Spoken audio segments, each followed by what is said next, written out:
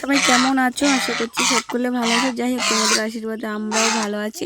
তো এখন দেখো এই রাজহাঁসটাকে ধরে আনছি পুকুর পাড় থেকে, কারণ একে অনেক দিন আনা হয়েছিল খাওয়ার জন্য, খাবো খাবো করে আর খাওয়া হয়নি।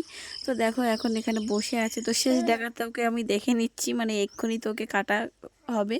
তো চলো, এখন দেখো কত সুন্দর বসে আছে, কিন্তু ও কথা শোনে, মানে ডাকলে চলে আসে, মায়া লাগছিল। তবু কি করব, খাওয়া লাগে বেশি, অত খাওয়া কোথায় পাবো বলো, আমাদের না আছে জমি জায়গা, না আছে কিছু। তো যাই হোক, সেই জন্য আর ওকে রাখা মানে সম্ভব হয়নি। তো এখানে দুজন মিলে ছাড়িয়ে পরিষ্কার করে নিচ্ছি, কারণ বড় জিনিস তো সেই জন্য একটু মানে একার দ্বারা হবে না, কেন হবে, কিন্তু অনেকটা সময় লাগবে। এখন প্রায় 11:30 বাজে হয়তো, কিন্তু রান্নাবান্না করতে এটা কমপ্লিট করতে অনেক লেট হয়ে যাচ্ছে। তো এখানে দেখো পুকুর পাড়ে নিয়ে এসে আমরা ঘাটে, তো এটাকে মানে পরিষ্কার পরিচ্ছন্ন করে ফিনিশিং করা হয়ে গেছে, এবার কোটা কাটা হবে। তো দেখো ধুয়ে পাগলে নিয়ে আসছি ভালো করে পরিষ্কার পরিচ্ছন্ন করে। তো তারপরে দেখো এখানে আমার সোনামাকে একটু বললাম যে মাম্মা একটু ক্যামেরাটা করে দাও, তো মাম্মা ক্যামেরাটা করে দিচ্ছে। এখানে বড়বাবু কাটি করছে, এখানে কাটাকাটি চলছে। তারপরে আমি একটু বললাম যে দাও আমার কাছে দাও, আমি একটু দেখি ট্রাই করি। মানে আমি খুব একটা মাংস কাটিনি, মানে একবার কেটেছি মনে হয়, আর এই একবার একটুখানি মানে চেষ্টা করলাম। তো যাই হোক, এখানে দেখো 1 গামলা মাংস হয়ে গেছে। তো আমাদের কোটা কাটা কমপ্লিট, এবার রান্নার পালা। তো চলো রান্না বান্নাটা সেরে নিই।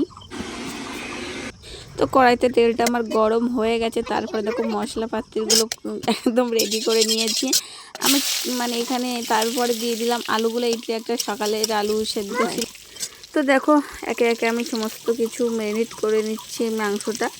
তো এখানে সমস্ত মশলাগুলো দিয়ে দিলাম, আদা পেঁয়াজ রসুন হলুদ, মানে কাঁচা লঙ্কাটা দিইনি, কারণ আমি মাংস রান্না করতে গেলে কাঁচা লঙ্কাটা খুব কমই দিই, কমই ব্যবহার করি, কারণ মানে সানরাইজটাই বেশি ব্যবহার করি যাতে কালারটা আসে। আমার আবার কালারটা ঠিকঠাক মানে না হলে, কালার আর মানে সেন্ট না ঠিকঠাক করে হলে আর খেতে ইচ্ছা করে না। তো যাই হোক, এখানে ভালো করে দেখো ম্যারিনেটটা করে নিচ্ছি হালকা হাতে, তো যাতে মানে খেতে ভালো লাগে। সব মাংস আবার ম্যারিনেট করি না হাত দিয়ে, কারণ হাতটা আবার জ্বলে যায়।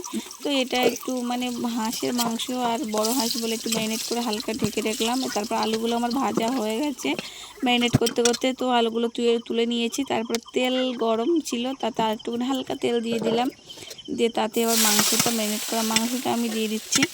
তো দেখতেই পাচ্ছ আমার মাংস ম্যারিনেট করা মাংসটা দিয়ে দিলাম কড়াইতে, দিয়ে নেড়ে চেড়ে নিচ্ছি হালকা হাতে, নেড়ে চেড়ে নিতে দেখো কষাইটা আপাতত হয়ে আসছে।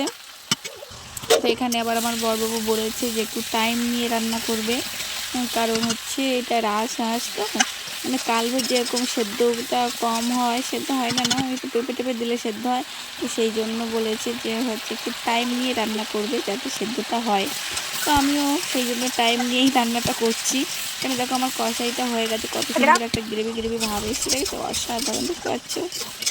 আমার তো দেখেই এখন এডিট করতে করতে দেখেই জিভে জল চলে আসছে। তো যাই হোক, এবার দিয়ে দেবো আলুটা আমি কষাইতেই দিই, কে কীভাবে দিই দেয় জানি না, কিন্তু আমি কষাইতেই আলুটা দিই, যাতে মাংসের সাথে মশলার সাথে আলুটাও ভালোভাবে এটা হয়।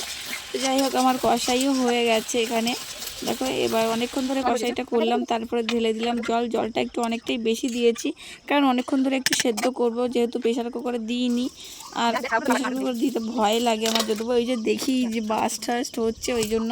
তো যাই হোক, আমি অনেকক্ষণ ধরে জলটা মানে মারার জন্য অনেকক্ষণ ধরেই জালটা দিচ্ছি। তো অনেকক্ষণ হয়ে গেছে, প্রায় 2টো মানে 1:30টা বেজে গেছে এখন।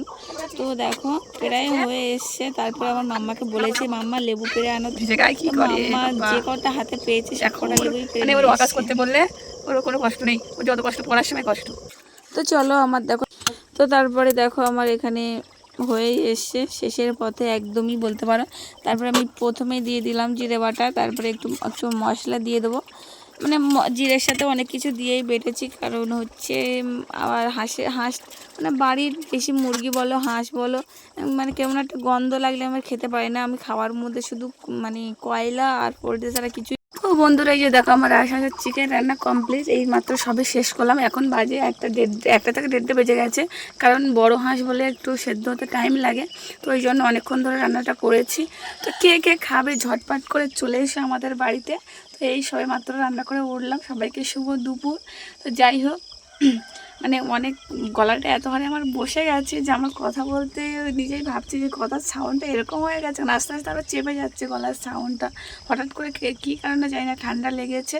তো যাই হোক, আজকের ভিডিওটা আর বেশি লং করছি না। তোমাদের যদি ভালো লাগে তাহলে লাইক কমেন্ট শেয়ার করে পাশে থেকো। তো দেখা হচ্ছে নেক্সট কোনো ব্লগ কিংবা শর্টসে। তো চলো টাটা বাই বাই। তো চলে এসো ঝটপট করে কে কে খাবে, আমরা এখন